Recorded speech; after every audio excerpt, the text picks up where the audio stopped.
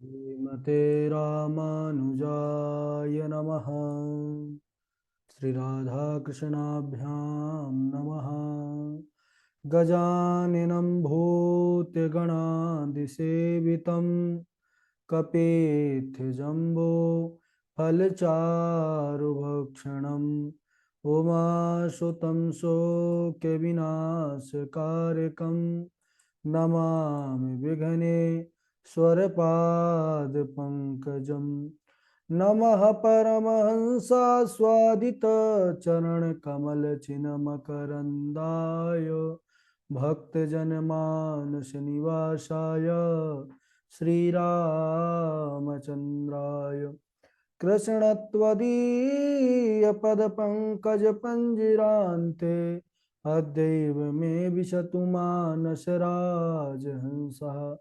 प्राणप्रयाणसमये कफवातपित्तैः कण्ठावरोधनविधौ स्मरणं कुतस्ते।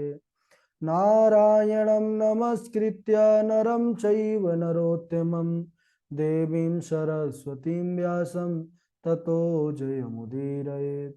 श्रीलक्ष्मीनाथसमारम्भां नाथयामुनिमध्यमाम् अस्मदाचार्यपर्यन्तां वन्दे श्रीगुरुपरम्पराम्। अञ्जनानन्दनं वीरं जानकीशोकनाशनं कपीशमक्षहन्तारं वन्दे लङ्काभयङ्करम्।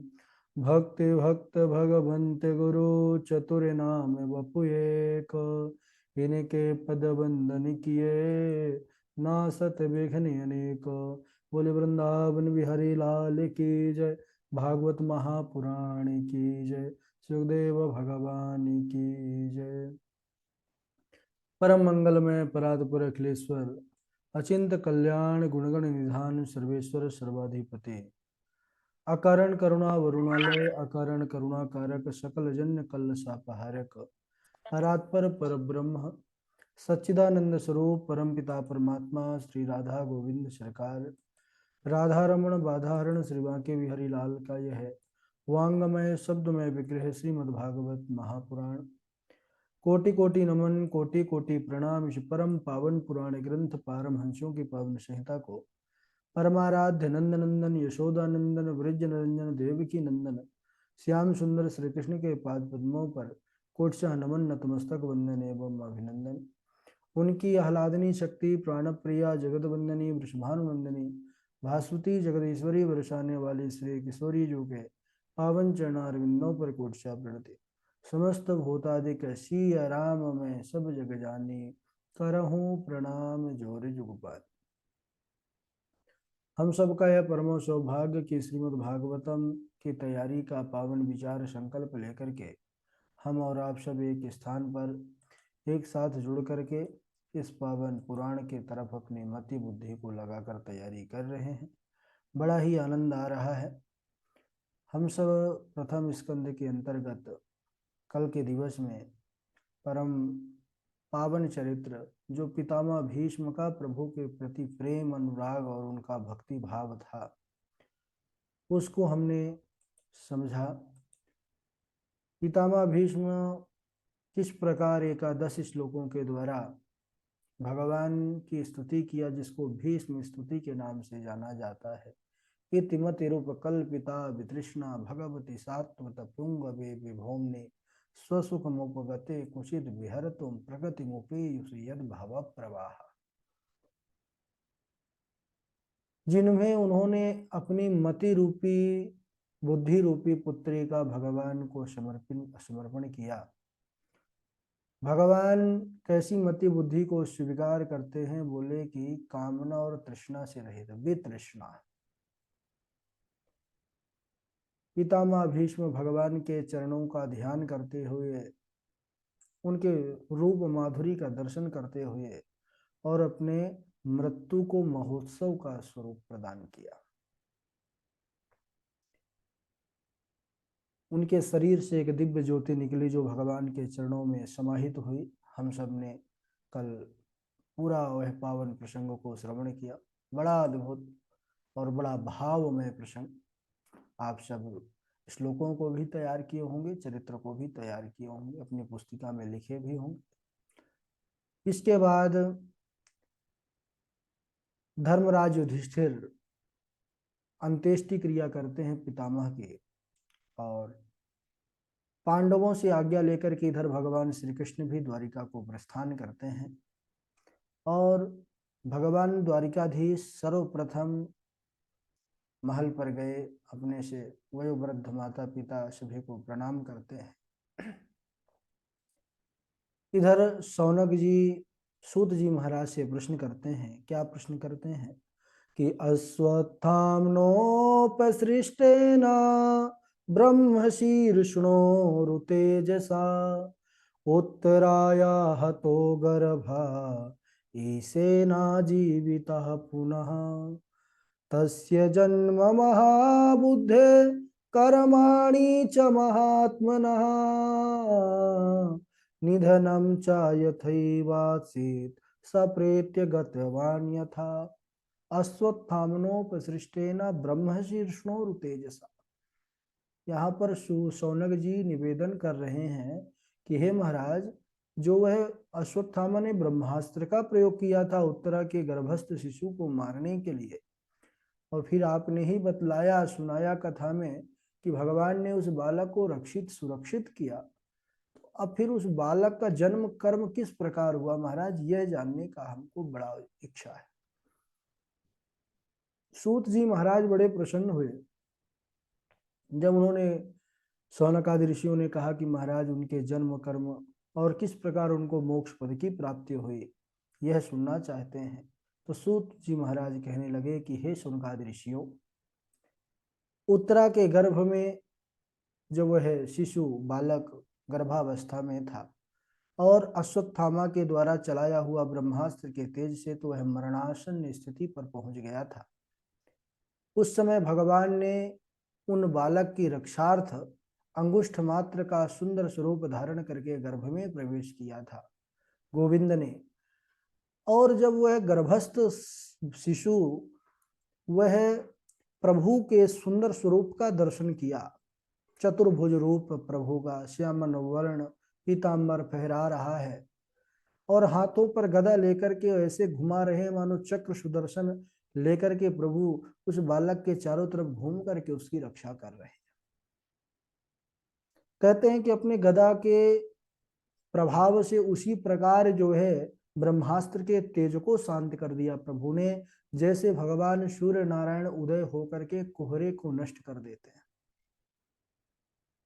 ब्रह्मास्त्र से रक्षित करके भगवान अंतर्ध्यान होते हैं। अब इधर जब जन्म का समय हुआ, बोले उस समय बड़ा शुभ वातावरण हो गया, क्योंकि वह भगवान के परम भक्त परम भागवत है महाराज परीक्षित। बड़ा सुंदर वातावरण हो गया, सभी ग्रह नक्षत्र तारे अनुकूल हो गए और उस समय महाराज उत्तरा के गर्भ से वह बालक का जन्म हुआ। अच्छा, वह बालक बड़ा अद्भुत, जिसकी गोद पर जाता वह परीक्षण करता, टुकुर टुकुर देखने लगता, गोद में जो लेने वाला व्यक्ति है क्या वह वही है जो मैंने परम सुंदर का गर्भ में दर्शन किया था। तो यह परीक्षण करने के कारण ही इनका नाम परीक्षित हुआ। इसके बाद महाराज परीक्षित का जन्म जब हुआ, महाराज युधिष्ठिर ब्राह्मणों को बुलवाते हैं, स्वस्ति वाचन होता है, मंगल पाठ होता है, जात कर्म संस्कार हुआ धूमधाम के साथ, नामकरण हुआ तो ब्राह्मणों ने बालक का नाम विष्णुरात भी रखा, क्योंकि भगवान ने इनकी रक्षा किया। विष्णुना श्री कृष्णेन रातः रक्षिता इति विष्णुरातः, इसलिए इनका एक नाम विष्णुरात पड़ा। दैवज्ञों ने यानी जो भविष्य वक्ता होते हैं, उन्होंने जब देखा ग्रह दशा गोचर, तो उस समय उन्होंने पाया कि यह जो हुए हैं यह असाधारण है। बड़े प्रसन्न हुए। ब्राह्मणों ने महाराज प्रशंसा करते हुए कहना प्रारंभ किया उनके गुणों को कि हे महाराज, आप परम धन्य हैं, आपका यह जो पौत्र है ना, यह दशरथ नंदन श्री राम के तरह ब्राह्मण भक्त होगा, सत्य प्रतिज्ञ होगा, महाराज शिवी के समान दाता, दुष्यंत के समान यशस्वी, और धनुर्धरों में तो सहस्त्रार्जुन और कांते अर्जुन के समान होगा। आश्रय देने वालों में यह साक्षात लक्ष्मीपति नारायण के समान, समुद्र के समान दुस्तर होगा और अग्नि के समान धरधर्ष होगा, और महाराज ययाति के समान धार्मिक तथा कलयुग का निग्रह करने वाला। लेकिन महाराज अंतिम में एक थोड़ा सा दोष ऐसा दिख रहा है कि जो मृत्यु का कारण होगा वह सर्प के डसने से, वो भी भयंकर तक्षक नामक सर्प के डसने से इनकी मृत्यु होगी। लेकिन महाराज आपको चिंता करने की कोई आवश्यकता नहीं है, क्योंकि यह जो मृत्यु का कारण भी बन रहा है और इसके बाद जो भगवान की लीला है वो बड़ी सुंदर है। क्योंकि इसके बाद वह ग्रह त्याग करके और पावन तीर्थ में जाकर के सुखदेव मुनि जैसे परमहंस से इनका मिलन होगा। उनके चरणों में बैठ करके है भगवान की कथामृत रूपी सरिता पर गोता लगाते हुए और मोक्ष पद को प्राप्त कर लेंगे। तो जब महाराज युधिष्ठिर ने यह सुना तो वह भी बड़े प्रसन्न हुए, और ज्योतिषाचार्य जो थे, ब्राह्मणाचार्य, सबको बड़ा खूब दान दक्षिणा दिया महाराज, और बहुत से गायों का दान किया महाराज ने। युधिष्ठिर से सभी लोग अब आज्ञा लेकर के अपने अपने घर को चले गए। इधर विदुरस्तीर्थ यात्रायां मैत्रेयादात्मनो गतिं ज्ञात्वा गाधास्तिनपुरं तयावाप्त विवित्सितः। सूत जी महाराज कहने लगे कि हे सोनक जी, महात्मा विदुर मैत्रेय मुनि से आत्म तत्व का ज्ञान प्राप्त करके तीर्थ यात्रा से हस्तिनापुर को लौटे। वही महात्मा विदुर जो महाभारत के पूर्व में है तीर्थ यात्रा को निकल गए थे। बड़ा अपमानित किया था दुर्योधन ने, महाराज धृतराष्ट्र ने भी जब उनका साथ दिया तो विदुर जी तीर्थ यात्रा पर निकल गए थे।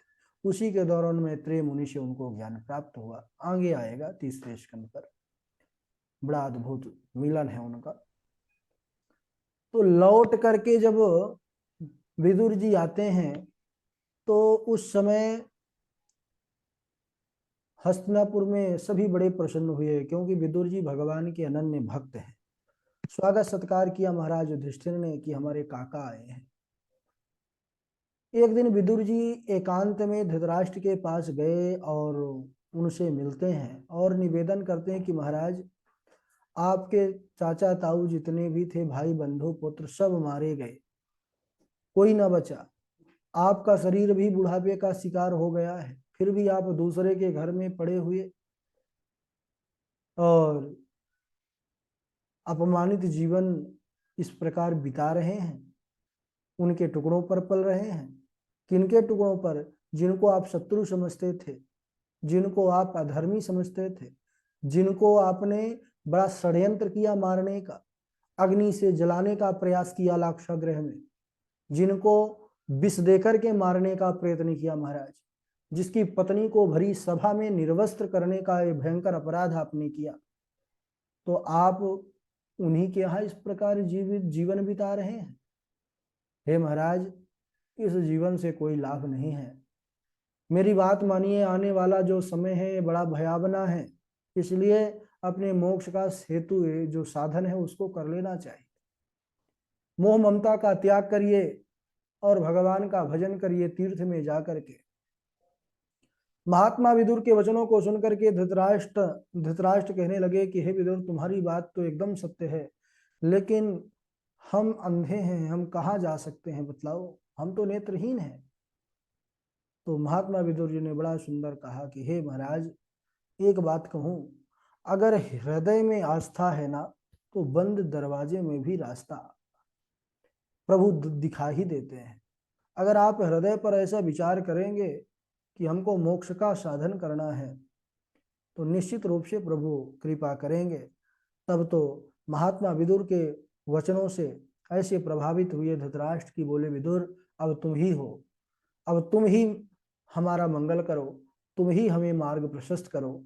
तो विदुर जी महाराज धृतराष्ट्र को साथ में लेते हैं, गांधारी भी साथ में जाती हैं अपने पति के साथ, और उत्तर दिशा की ओर गए। उत्तराखंड की पावन भूमि देवभूमि पर पहुंच गए। धर्मराज युधिष्ठिर ने इधर संध्या बंधन आदि करके जब अपने काका ताऊ धृतराष्ट्र के कक्ष पर आए आशीर्वचन लेने के लिए, प्रणाम करने के लिए, लेकिन महाराज धृतराष्ट्र को जब वहां पर उन्होंने नहीं पाया तो दुखी हो गए। उदास होकर के कहने लगे, अरे संजय, मुझसे ऐसा कौन सा अपराध हो गया कि चाचा जी मुझे छोड़ करके कहीं अन्यत्र चले गए हैं? मुझसे कौन सा अपराध हुआ है, बतलाओ, मैं बड़ा दुखी हूँ। ऐसा महाराज बोल ही रहे थे कि उसी समय देवर्षि नारद के तुमरु ऋषि के साथ देवर्षि नारद का वहां पर आगमन हुआ। नारद जी मुस्कुराते हुए कहने लगे, नारायण नारायण। अरे धर्मराज, तुम बिल्कुल भी चिंता और शोक मत करो, क्योंकि जो तुम्हारे ताता श्री हैं, यह ताऊ जी आपके गए हैं विदुर जी के साथ, और उत्तर की भूमि पर यह पावन भगवान का नाम यज्ञ अनुष्ठान कर रहे हैं। वहां पर गए हैं जहां पर हिमालय के दक्षिण भाग से गंगा जी की सुंदर धाराएं निकलती हुई उस क्षेत्र को पावन करती हैं। वहां पर बैठ करके पवित्र क्षेत्र में वह त्रिकाल संध्या करते हैं, अग्निहोत्र करते हैं, और निरंतर भगवान के ही नाम पर अपने मन को समाहित करके रखे हुए हैं, जिसके कारण उनकी उत्तेषणा, लोकेषणा और वित्तेषणा, यह तीन प्रकार की जो इच्छाओं से जीव बंधा हुआ होता है, यह तीन प्रकार की इच्छा भी निवृत्ति हो गई है। अपने उन्होंने आसन को जीत लिया है, प्राणों को वश में कर लिया है, और इंद्रियों को अंतर्मुखी कर लिया है। इंद्रियों पर भी उन्होंने विजय प्राप्त कर ली है और भगवान की धारणा कर चुके हैं।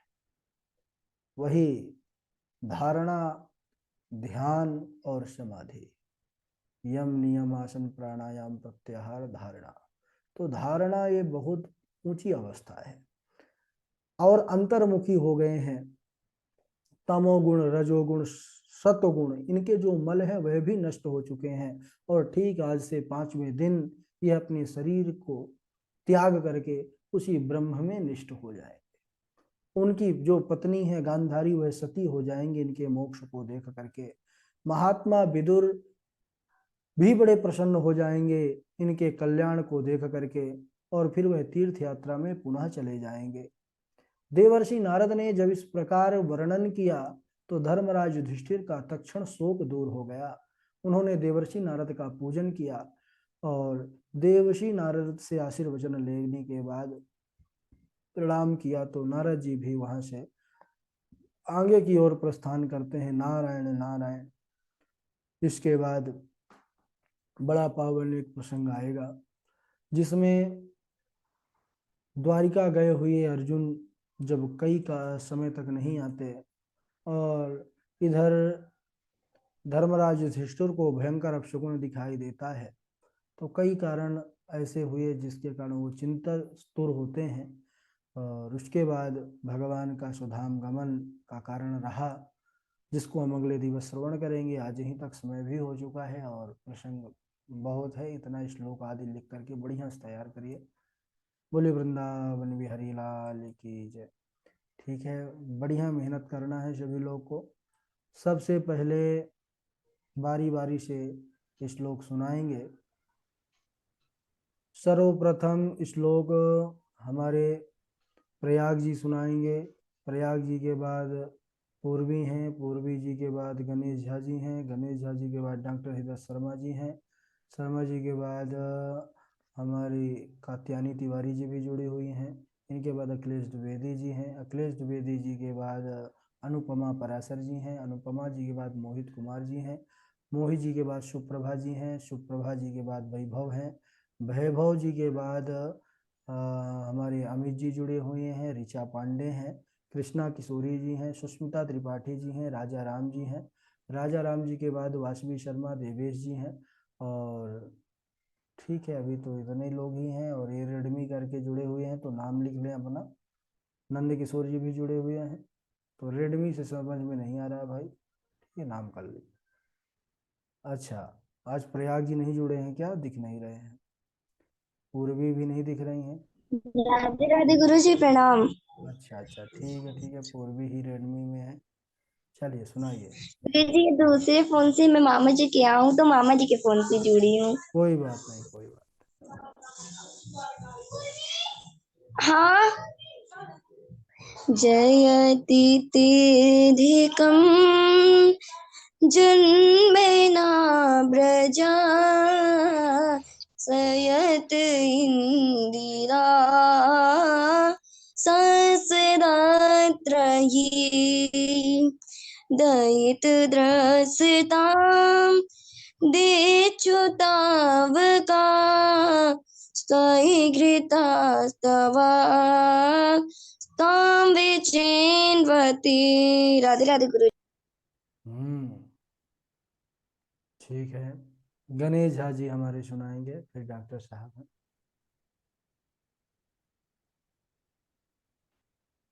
गणेश झा जी की आवाज नहीं आ रही।